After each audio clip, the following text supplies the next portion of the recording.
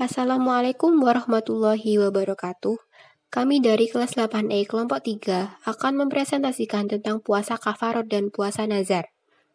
Sebelum itu, perkenalkan anggota kelompok kami yaitu Falika Farah Sabrina nomor absen 14, Fatia Agni Sabita nomor absen 15, Harfania Indi Sugiarto nomor absen 16, Kesha Olivia nomor absen 20, Laila Tuzahra nomor absen 21, Naura Anindita Rahmadianti nomor absen 24, Rizky Dwi Lestari Bahiro nomor absen 26, Zika Fiona Ismi Fadila nomor absen 31.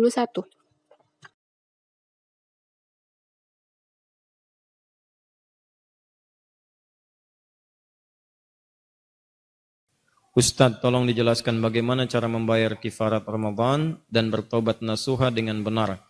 Karena saya dan suami pernah melakukan kesalahan di bulan Ramadan. Dan bagaimana hukumnya karena saya belum bisa membayar kafarat tahun lalu, sedangkan Ramadan akan tiba. Mohon pencerahannya. Taib.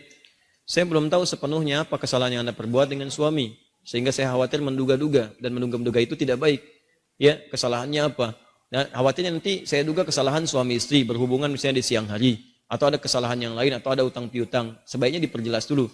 Kalau misalnya kesalahannya adalah kesalahan yang dimaksudkan, adalah kesalahan terkait hubungan suami istri di siang hari Ramadan, maka dilihat apakah itu karena ketidaktahuan ataukah dengan penuh pengetahuan dan secara sadar meyakinkan dilakukan.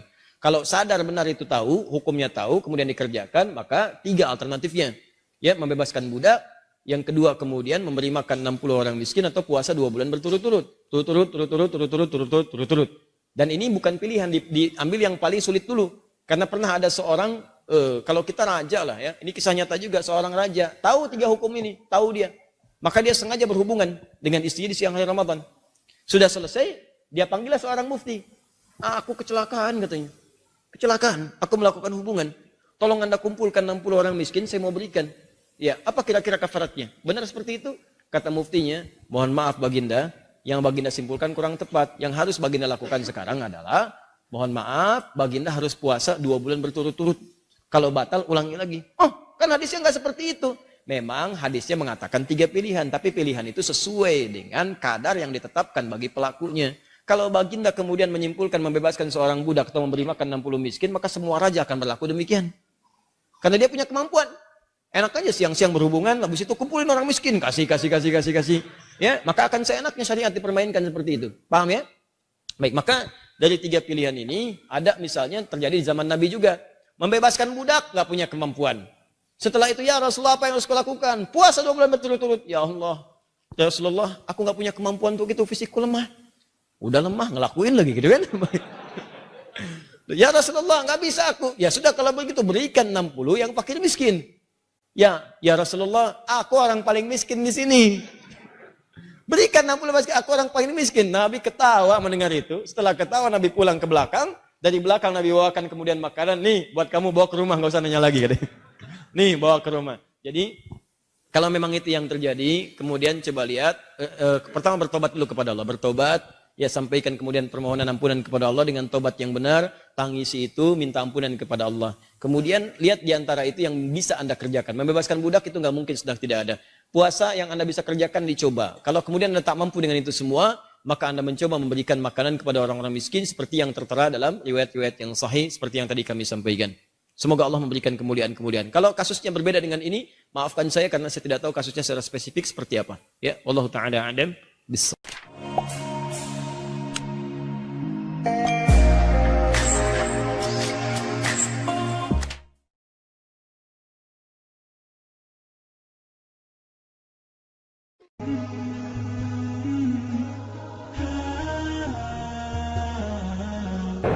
Apabila anak laki-laki bernazar jadi imam sholat jenazah bapaknya, tapi anak ada di Batam, ayahnya di Medan.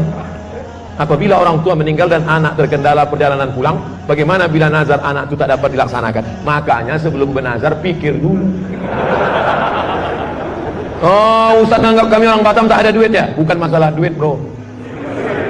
Saya tak jadi ke Anambas itu apakah karena duit?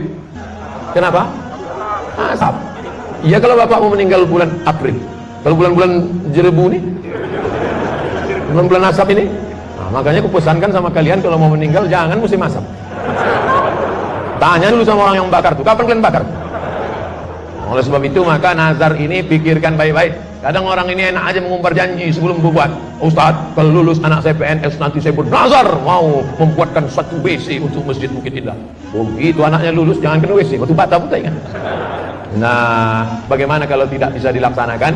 Fakafaratuhu it'amu asyarati masakin. Cara menembus nazar sama macam menembus sumpah. Satu, kasih makan 10 fakir miskin. Atau kiswatuhum 10 pakaian. Au tahriru raqabah, membebaskan budak hamba sahaya. Ini cara Islam menghapuskan hamba saya.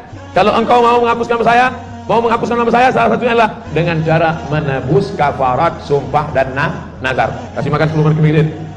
Tak sanggup Pak Ustaz, kasih 10 pakaian. Tak sanggup juga Pak Ustaz, bebaskan budak hamba saya. Budak-budak Melayu yang ada Pak Ustaz. Budak hamba saya tak ada lagi Pak Ustaz. Yang terakhir, faman lam yajid, siapa yang tak sanggup, fasiyamu salasati ayyam, puasa 3 hari. Puasa 3 hari. Jangan bebankan diri yang kita tidak mampu. Karena tak mampu, kalau mau nazar yang kira-kira mampu. Saya nanti kalau begini saya akan puasa sunat. Itu bagus.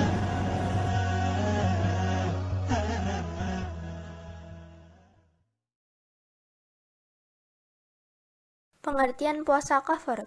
Kafarat menurut bahasa berarti denda atau tebusan. Dengan demikian, puasa kafarat adalah puasa yang dilakukan dengan maksud untuk memenuhi denda atau tebusan.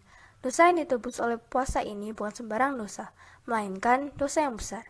Dosa-dosa yang hanya bisa diampuni atau ditebus melalui puasa kafarat adalah bersetubuh atau berzina dengan suami istri pada siang hari, menghilangkan nyawa sahabat muslim secara tidak sengaja, melanggar sumpah atau ingkar janji, dan menghilangkan nyawa hewan saat ihram di tanah Arab. Puasa kafarat hanya dapat dilaksanakan sesuai ketentuan Allah Subhanahu wa Ta'ala. Artinya, kita tidak boleh asal saja melaksanakan puasa kafarat. Pengertian puasa nazar. Pengertian puasa nazar secara bahasa arti dari nazar adalah janji untuk melakukan hal baik atau hal buruk. Sedangkan menurut istilah, nazar adalah berjanji untuk melakukan sesuatu yang baik ataupun yang buruk. Di saat kita mengharapkan apa yang kita inginkan bisa terwujud dan dikabulkan oleh Allah dengan berjanji mengerjakan puasa nazar selama 3 hari setelah Allah mengabulkan apa yang kita inginkan. Secara singkat, puasa nazar itu berarti janji yang dilakukan untuk bisa mendapatkan sesuatu yang kita inginkan.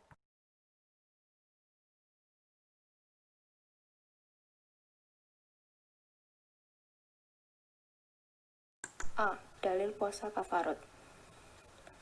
Dalam beberapa hadis dan pada surat Al-Bayyinah disebutkan beberapa perintah untuk melakukan puasa kafarat. Contoh, man aftara yauman min ramadana min ghairi rukhsatin lam yujzihi siyamud dar. Artinya, siapa saja yang berbuka atau tidak berpuasa sehari saja di bulan Ramadan tanpa ada rukhsah atau keringanan atau alasan yang dibolehkannya tidak berpuasa, maka itu tidak cukup diganti dengan puasa 1 tahun. Hadis riwayat Ibnu Majah.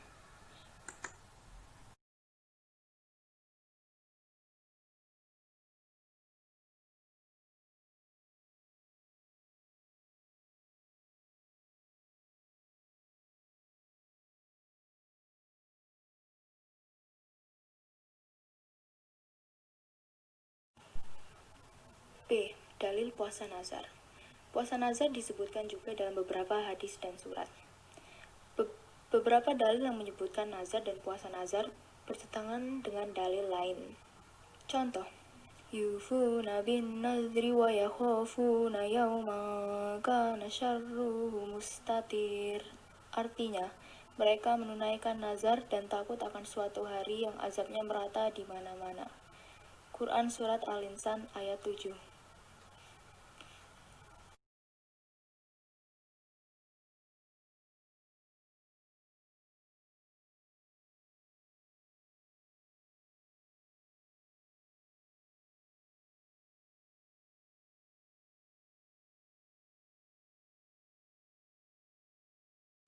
Hukum puasa kafarot.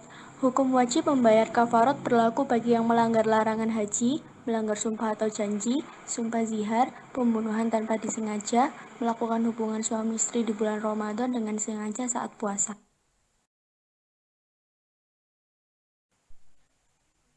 Puasa nazar. Berdasarkan Quran Surat Al-Hajj ayat 29 yang artinya, dan hendaklah mereka menyempurnakan nazar-nazar mereka. Hendaklah mereka melakukan tawaf sekeliling rumah yang tua itu atau Baitullah. Dan karena puasa ini merupakan puasa yang dijanjikan oleh yang bersangkutan untuk dilaksanakan, maka hukumnya wajib. Syarat wajib puasa kafarat. Kafarat adalah puasa yang memiliki sebab. Namun, tidak sembarang sebab dapat menimbulkan kafarat. Berikut adalah total 7 syarat wajib jatuhnya kafarat kepada seseorang, baik laki-laki maupun perempuan. 1. Dengan sengaja menyenggama melalui salah satu di antara dua kemaluan. 2. Orang yang merusak puasanya dengan sengaja bersenggama padahal sadar dan mengetahui dosanya. 3.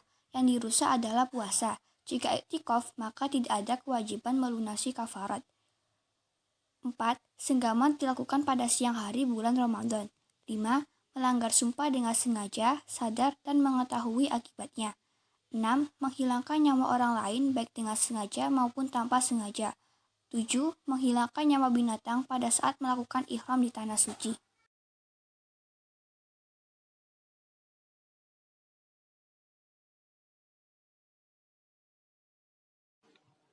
Syarat puasa nazar.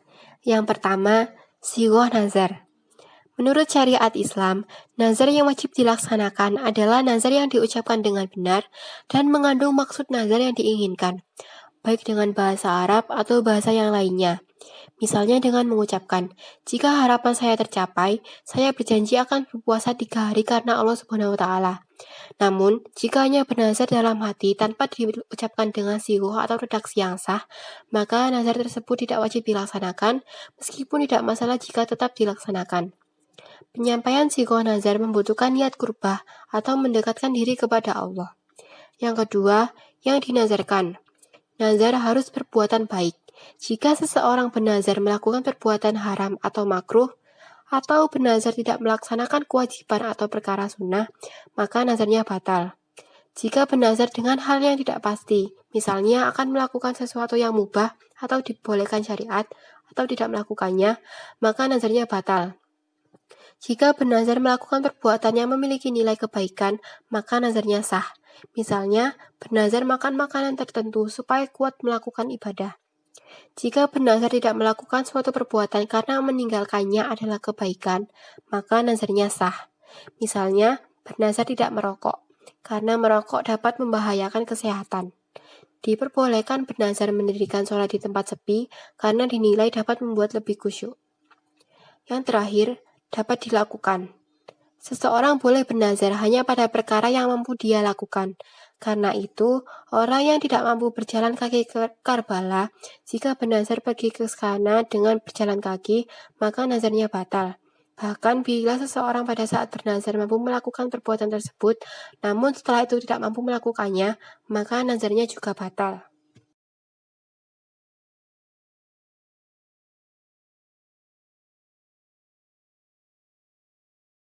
Tata cara puasa kafarot. Ada 5 jenis puasa kafarot dan cara membayarnya. Yang pertama, menghilangkan nyawa seorang muslim tanpa sengaja. Cara membayarnya yaitu dengan memerdekakan budak beriman, puasa kafarot 2 bulan berturut-turut, dan membayar diat. Yang kedua, melanggar sumpah atau janji yang pernah diucapkan. Cara membayarnya yaitu dengan puasa kafarot 3 hari berturut-turut.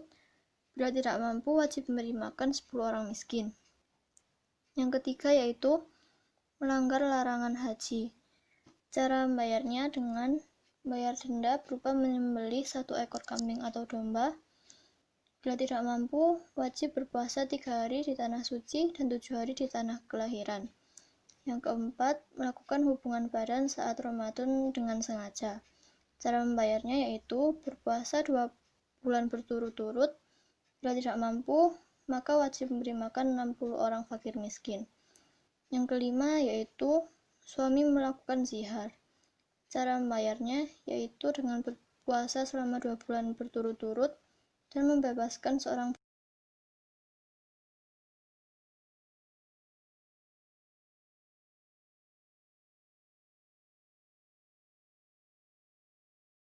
Tata cara puasa nazar, yaitu pertama, bangun untuk makan sahur pada dini hari. Yang kedua, membaca niat puasa nazar, lalu berpuasa dari terbit fajar sampai terbenam matahari dengan tidak makan, minum, dan menghindari hal-hal yang membatalkannya.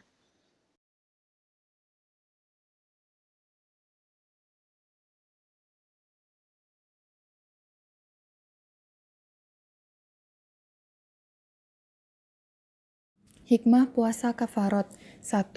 Dapat menimbulkan kesadaran untuk tidak melakukan perbuatan tercela lagi.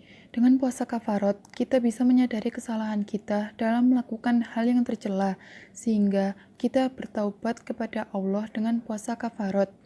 2. Mendidik manusia untuk bertanggung jawab. Dengan puasa kafarot, kita akan bertanggung jawab atas perbuatan tercela yang telah kita perbuat, sehingga Allah akan mengampuni dosa kita. 3. Agar manusia menyesal dengan perbuatannya. Dengan melaksanakan puasa kafarot, tentunya kita sudah menyadari dan menyesal akan kesalahan kita. Maka kita lakukanlah puasa kafarot atas rasa penyesalan dan mengerjakannya dengan ikhlas. 4. Memberikan ketenangan pada orang yang berpuasa kafarot. Ketika sudah menyesali perbuatan dan melakukan puasa kafarot, pelaku akan merasa tenang karena ia sudah bertaubat kepada Allah dengan melakukan puasa kafarot. 5. Mengajarkan agar bertaubat kepada Allah. Dengan melakukan puasa kafarot, kita sudah menyesali dan bertaubat kepada Allah. Dengan hal ini, kita akan ditunjukkan ke jalan yang benar. 6. Mendidik diri sendiri untuk bersifat sidik. Karena dengan berpuasa dapat menjaga diri dari sifat pendusta. Sifat ini dapat menghilangkan pahala puasa.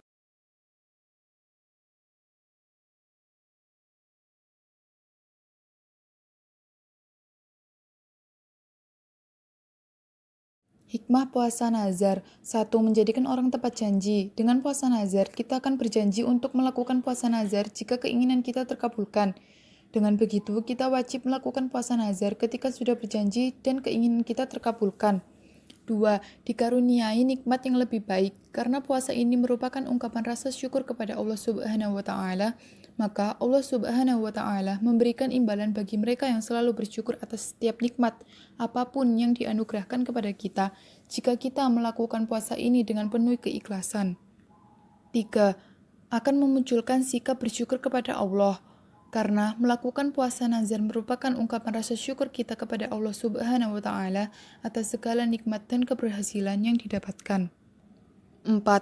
Mendekatkan diri kepada Allah. Dengan menepati janji untuk puasa nazar, kita akan lebih dekat dengan Allah karena kita menepati janji yang kita buat. Kita selalu memiliki rasa tanggung jawab dengan puasa nazar. Kita sudah menjalankan kewajiban dan tanggung jawab kita atas janji kita. 5. Kita selalu memiliki rasa tanggung jawab. Dengan puasa nazar, kita sudah menjalankan kewajiban dan tanggung jawab kita atas janji kita. 6. Meningkatkan iman dan takwa kepada Allah. Ini merupakan tujuan utama orang yang berpuasa.